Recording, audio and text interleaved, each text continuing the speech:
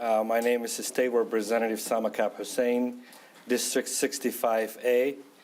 I'm honored to be here with you all. Thank you for being here with my colleagues. And as you can see, Nasra, Ahmed, and her father is here with us, the family members that happened to the tragedy in St. Paul about a week ago.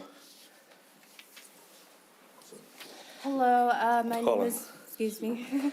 Thank you. And over the last 2 weeks, my office has been receiving endless complaints from our community about civil rights violation on our streets and our community. We are hearing from U.S. citizens, parents, young people, and working family who say they have been stopped with no clarity cost and demanding to show their identity, whether they are citizens or whether they are here illegally or legally way in the state of Minnesota. Let me be clear, this is not a normal, it is unlawful, and it's not public safety. It is intimidation, harassment, and it looks like racial profiling for those people, black and brown, that has been detained in St. Paul and the state of Minnesota. Many of you have seen the video that's circling online about Nasra Ahmed. Nasra Ahmed is 23 years old, U.S. citizen, born here in Minnesota, raised in Minnesota. She was unjustly arrested by ICE and detained for 2 days with no legal representation, with no giving a clear answer why she got arrested. Nasra just has been released, but she's not fine yet because she's shocked, devastated, traumatized, and she will never be the same until she got arrested. But what we experienced, it felt like a nightmare when I spoke with her, that she is not feeling the same person. She feels fear. She asks questions herself whether she belongs in here or not, even though she was born in the United States of America. She has been harassed because the way she looks like, the way she dressed. It was easy target to pick up because she is Somali American, but they did not ask her whether she's, born here, and she's been saying it clearly that I am citizen, I am born here in America, never seen in the country. This bigger than one case. Every single person reporting this incident, it's a person of color. That's unacceptable. So today I'm saying clearly, this has to stop for the racial profiling that we've seen in our state of Minnesota. Targeting of black and brown community in Minnesota must end.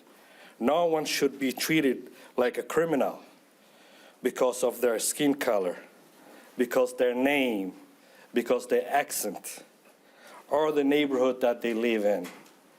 Because what ICE is doing, they're targeting Pacific community. They're targeting where immigrant people and people of color live in public housings. They're not targeting other individuals, but they're targeting for those people that does not look like them. Minnesota is better than this. We will not be silent. We will be demanding answer, and we will demand accountability for those people that's doing bad in our state. As a state legislator, and many of my colleagues here today, we will hold accountability for those hurting, for those people that, whether it's citizens or living in the state of Minnesota, we will be willing to protect.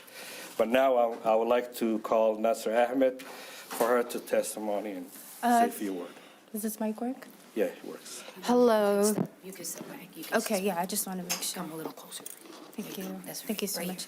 Hi, hello. I am very grateful to have this opportunity to speak in front of everyone, and thank you to my senator for representing me and the people behind me for representing me. I can never be more grateful than I am right now.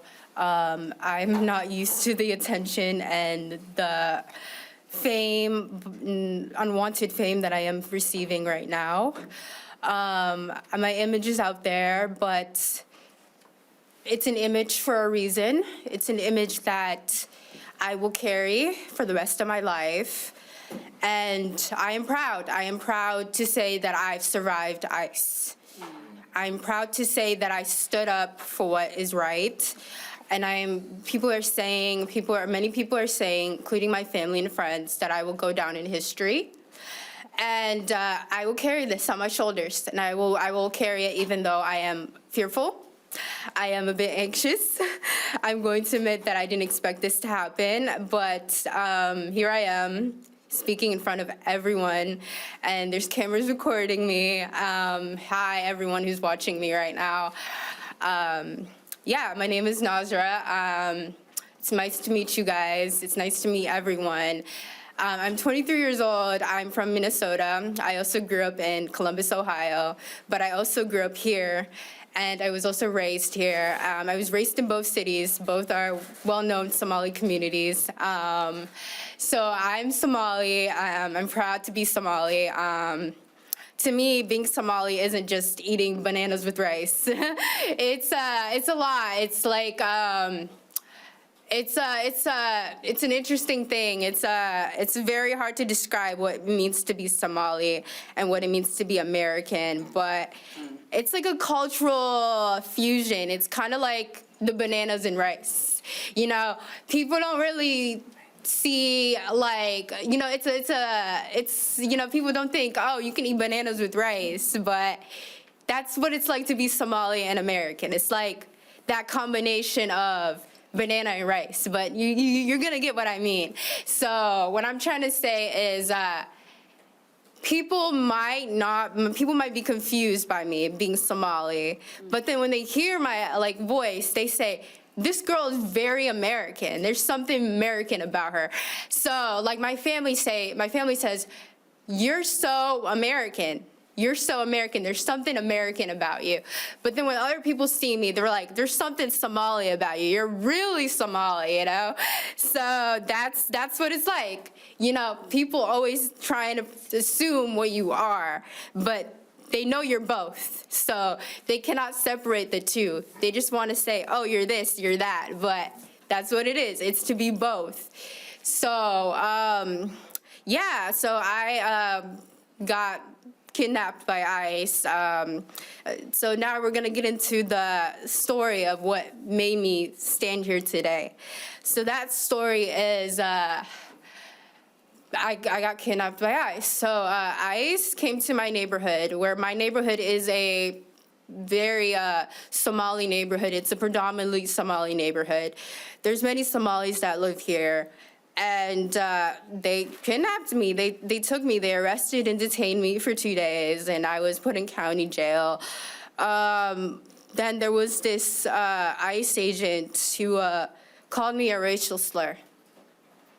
So with my skin color and me being a black person, in America, I go through a lot. I see a lot. I've experienced a lot of things. I'm also Somali, and I'm gonna say right now that even though people see me as Somali, I'm still a black person, and I can't separate the two. My skin is still dark. I'm still a black person, and I'm just a black person of Somali descent. My ethnic origin is Somali, but I'm black. I'm a person who's black under America.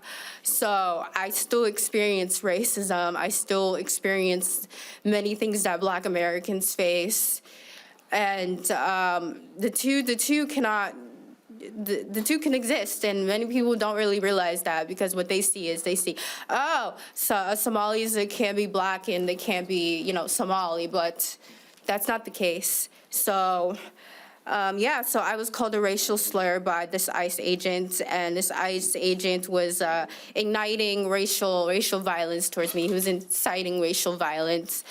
And he was targeting these two Somali men. They were following these two Somali men who ran out the car. And when they ran out the car, what happened was I was walking towards that area that these two men were, they were holding the door for me. And I believe these men were Somali. I'm not sure if they were some other group, but like they were like a different East African descent, but they were, what I've seen is that they were Somali. And so when they came, they were following these two men, and I was waiting for these two men to hold the door for me. And I told them, hey, can you hold the door for me? And I walked right in the middle. And when I was in the middle, ICE came, they came out of their cars. They asked me to see my ID. And while they were asking me to see the ID, they just decided it was nice to be racist and say really nasty things to me. And yeah, that man, he called me the N-word, and I'm going to say it's the book the word that's in the To Kill a Mockingbird. If you've ever read that book, it's the word that's in that book. And he called me that, and then he arrested me. They arrested me. It was multiple people. They used a lot of force to arrest me. I actually got a scab that was healing while I was in jail.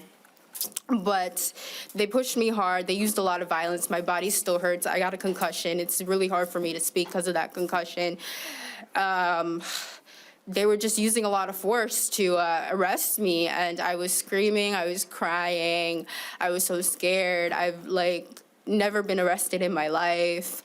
I don't have like a criminal record. I have a clean record. It was just, and then that detainment, I was detained.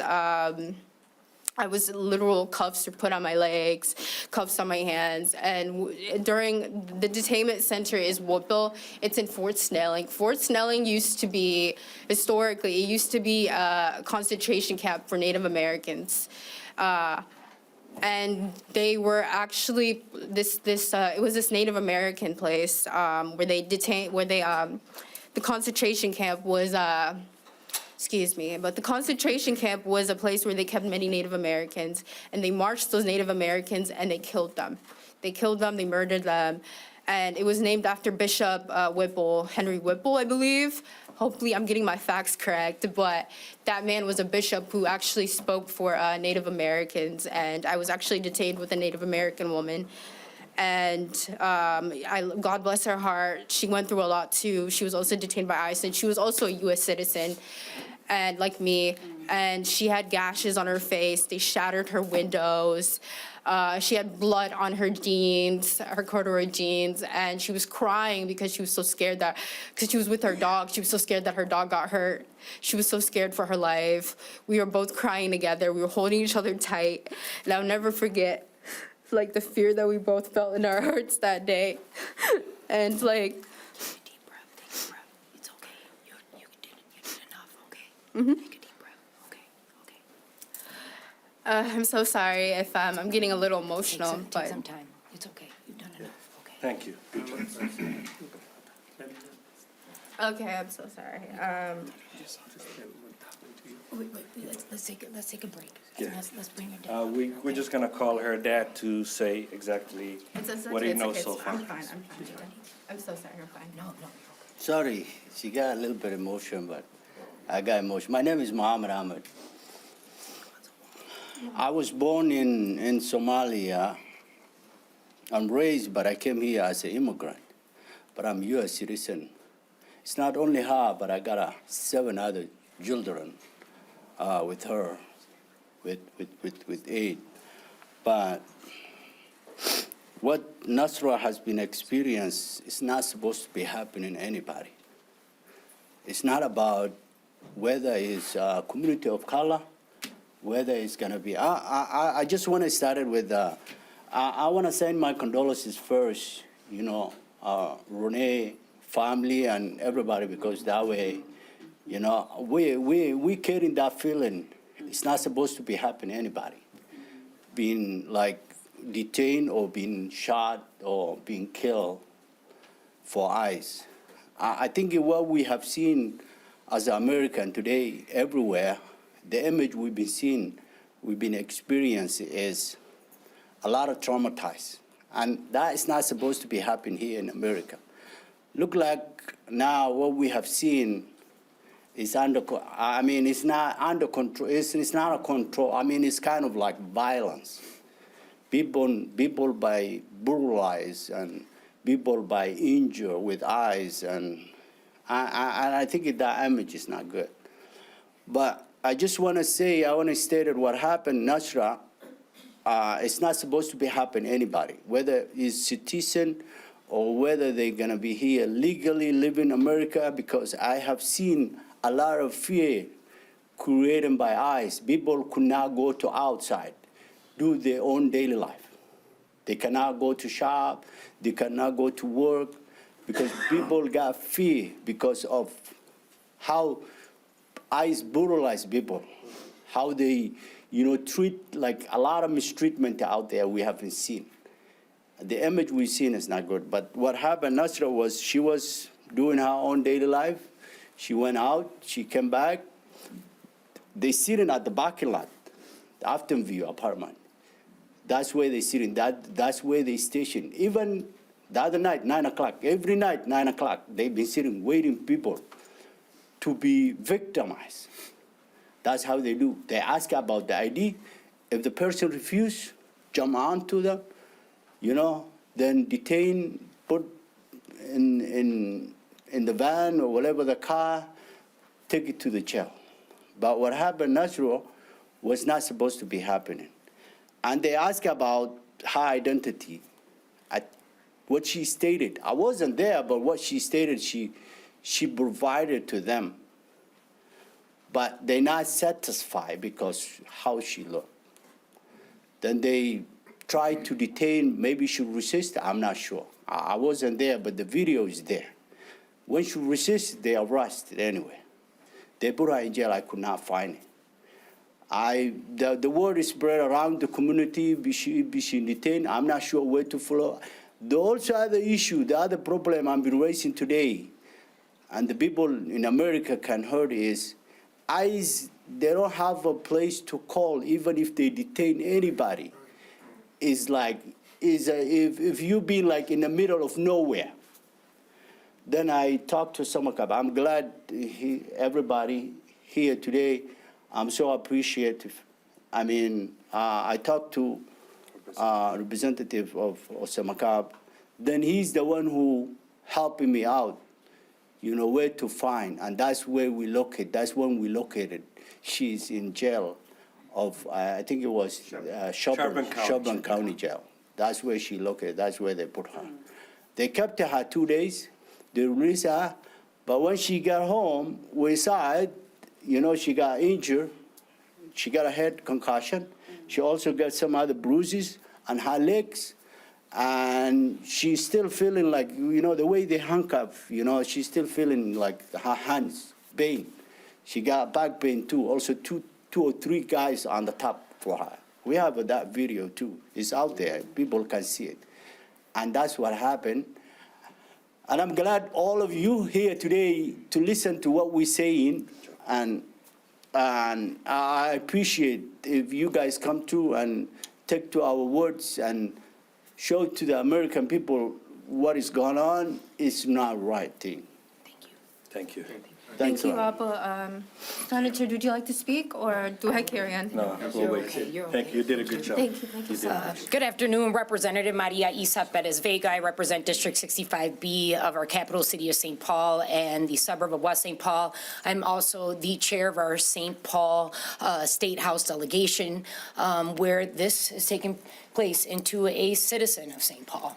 I'm here to discuss legislation that my colleagues in support of our St. Paul delegation with Representative, our Vice Chair of our delegation, Representative Hussein, as well as member of our St. Paul delegation, our Chair of Veterans Committee, Representative Jay Zhang of the East Side, and as well as our suburbs within the Ramsey County delegation, Representative Peter Fisher, and Representative of St. Paul delegation as well, Representative Lee Finke, on drafting legislation to support funding to be allocated targeted towards St. Paul and Ramsey County Family Behavioral Services for those who have experienced harassment and maltreatment due to the federal agents' surge in what we've experienced, what we have seen that Nasra has experienced and is now have to live with those scars for the rest of her life.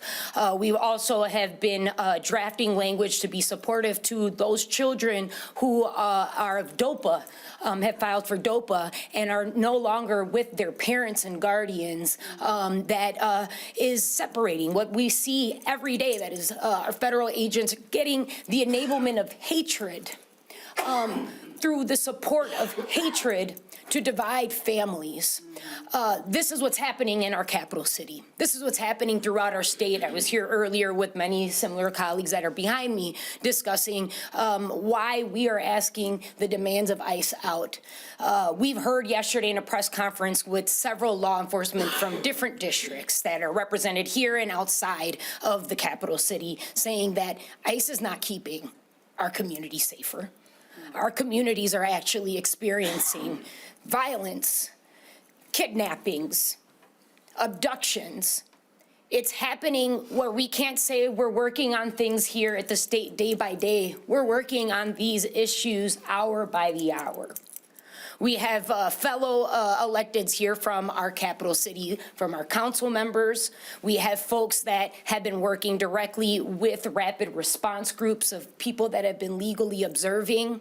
We have teachers that are demanding the support of help because they are now not only doing the curriculums that we've been passing to have great education in our state for our littlest learners to our higher ed learners that are saying we need support because this is crucial.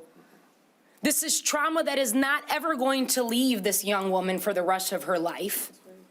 And we as electeds and as legislators are engaged to support the necessities of health care, mental health care, physical health care, emotional support, spiritual, because we've heard from faith leaders that are asking, this must stop. So with that, I just want to thank everyone for taking the time and the leadership. I see Representative Pinto of our workforce, because we know how scared people are to go to work, whether they're from our immigrant neighbors to citizens, and the effects that that's having on our workforce and our economy. So I just want to say thank you to those who have made time to be here to hear her story. It's challenging. Grace is what's needed for this young woman and the many who are not here to share their stories, who are too scared to share their stories, that are citizens, that are being abducted on their way to walk to church, go to school, go grocery shopping to the stores that are no longer able to keep their businesses open. We need peace, and we're coming here with peace. We're asking for solidarity to make things right and really, truly make Minnesota safe again. Thank you.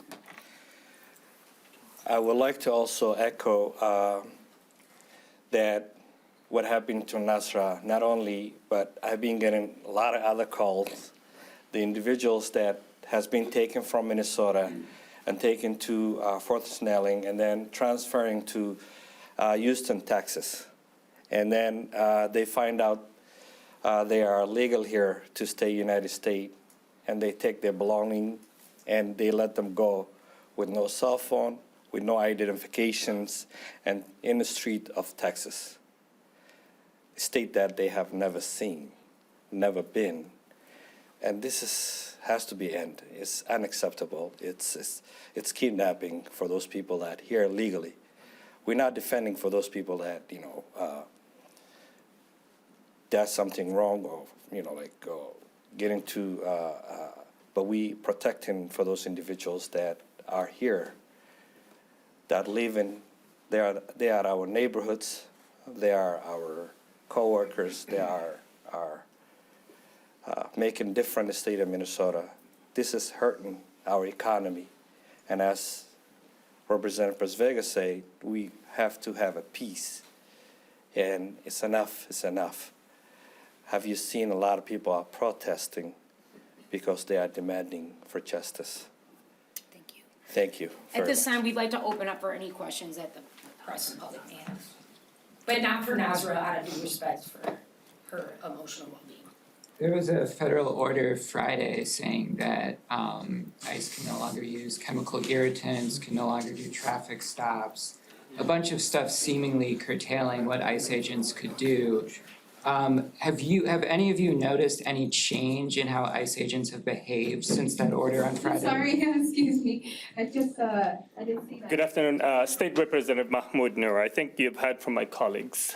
We are seeing violation of the order from the judge. As I speak with you right now, a gentleman from St. Cloud was pulled from his car, who is a U.S. citizen. I do have his documentation. I've seen the video. I know that he was pulled from a car that he was driving on the streets without any targeted process. So ICE is violating the orders of the judge as I speak to you. They're doing many things right now in South Minneapolis as we speak.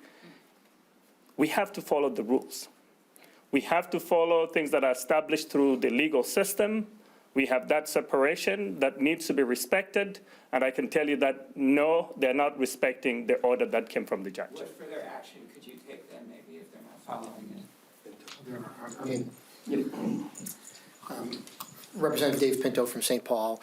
We're aware that there are a series of lawsuits relating to the actions of ICE in our state. And we will have, and I know that the judge, that same judge who issued the order on Friday, is receiving information or future orders and further orders are expected. So I'll say also, though, it's important that we all, as the people of Minnesota, recognize experiences like what Nasra experienced and others as well, and make it clear to everyone involved that that is completely unacceptable in our state and in our country.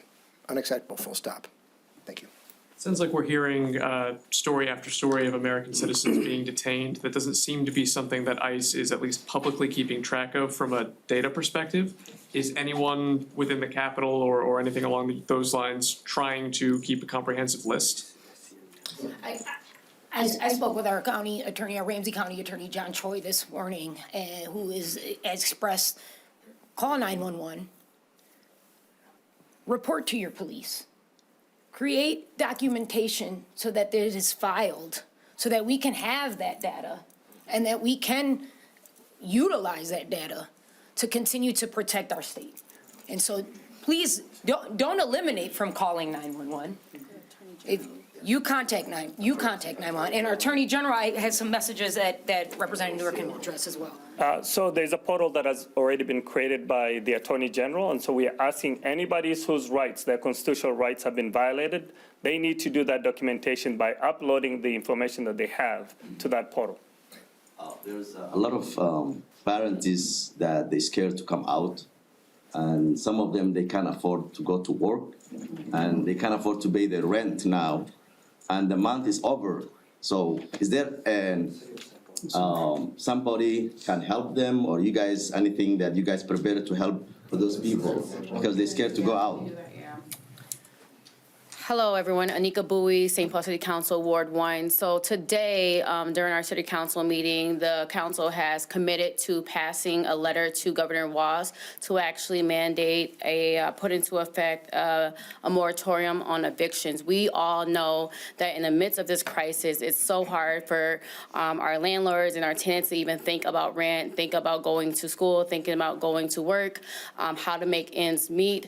We also are going to be following up with some emergency assistance to help with businesses and also help people with payroll because that's so important. We all know at this times we need a strong economic security blanket to help our loved ones get through. It sounds like each of the representatives has heard from multiple people who have been detained in recent weeks. Can you speak to what you're hearing about the conditions at the Whipple building for folks who are taken by ICE? We had a congressional hearing last Friday, right, with over 25 congressional reps from I know that our DFL congressional reps were there, right, our Democrats, and others from all over the country. You heard testimony from folks that were taken, citizens, okay, and the effects of how they were separated from folks who were undocumented, right, and the cries, the tears, the abandonment. I have been reached out by families trying to get accessibility of insulin to folks that need their life-saving medication and they can't get a hold of them. So the conditions are unlawful. And that's another thing. We're not here saying we are against federal action towards immigration. We're here against unlawful federal actions, unconstitutional actions that are the realities of not one, but uncountless. I mean, we're working on getting all of that detail, but there's so many people that are just even scared to speak up right now. We are getting a lot of information that the people that been detained, who is need of medical attention, they're not getting it. The people that not treating with respect, they have a bunch of people in one room. This has to end. It's unacceptable, unlawful. We thank you for all you coming, and we appreciate it.